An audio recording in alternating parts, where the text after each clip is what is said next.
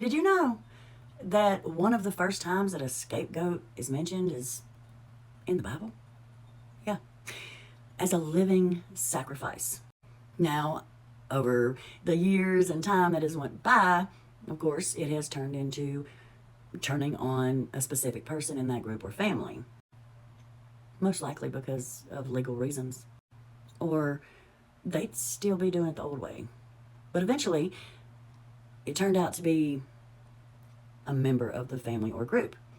And these people would send that person or sacrifice, however it may go in the moment, off into the wilderness. And the goal was a sacrifice, and that, this person or situation would carry off the sins of that group of people into the wilderness and let whatever have at it. Yeah. Now, in these days and time, it tends to be a specific person, normally a very innocent person. There are families and groups of people that will take an innocent person that is honest and truthful and fear that their sins, embarrassment, is going to be put out there. So in this day and time, this group of people are not aware because, most people aren't awake, right?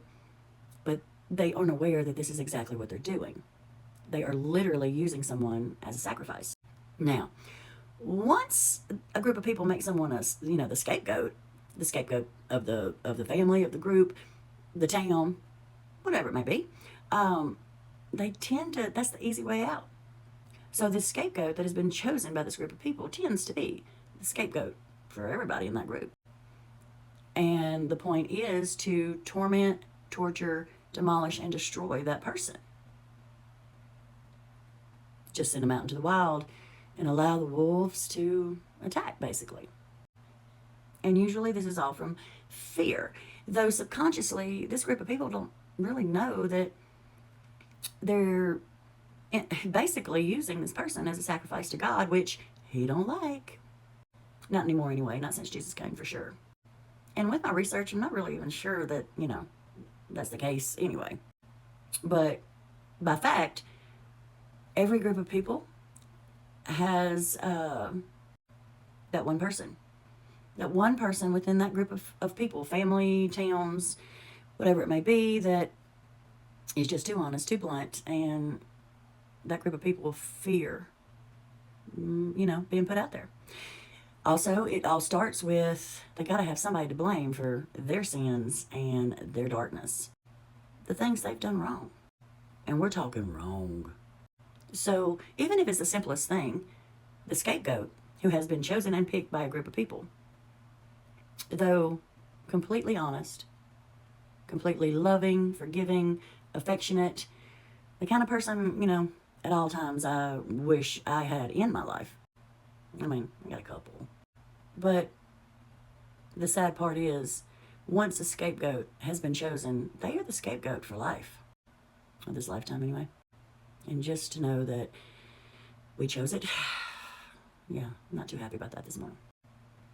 People have to have somebody to blame for their own sins, their own wrongdoings, and the darkness within themselves. They have to have somebody to blame. Unfortunately, it's always going to end up being someone that certainly doesn't deserve it. And yeah, it's just wrong. Being the scapegoat my whole life, I never really understood until simply told the truth to help other people with permission. No one had any idea how bad it would get. But since my awakening, I now know that this is the case. There are scapegoats all over the world. I most certainly am not the only one. And the fact that one of the earliest times that this phrase, this situation, was ever brought up was in Scripture. So over time, even, subconsciously or not, this is the case. A group of people or a family picks one person to be the bad guy. when the truth is they're the only good guy in the group. They are the easy target. You know why they're the easy target? Because that group of people knows there's someone that they are going to love enough to keep their mouth shut, someone that they're going to protect. But what happens when that person's gone?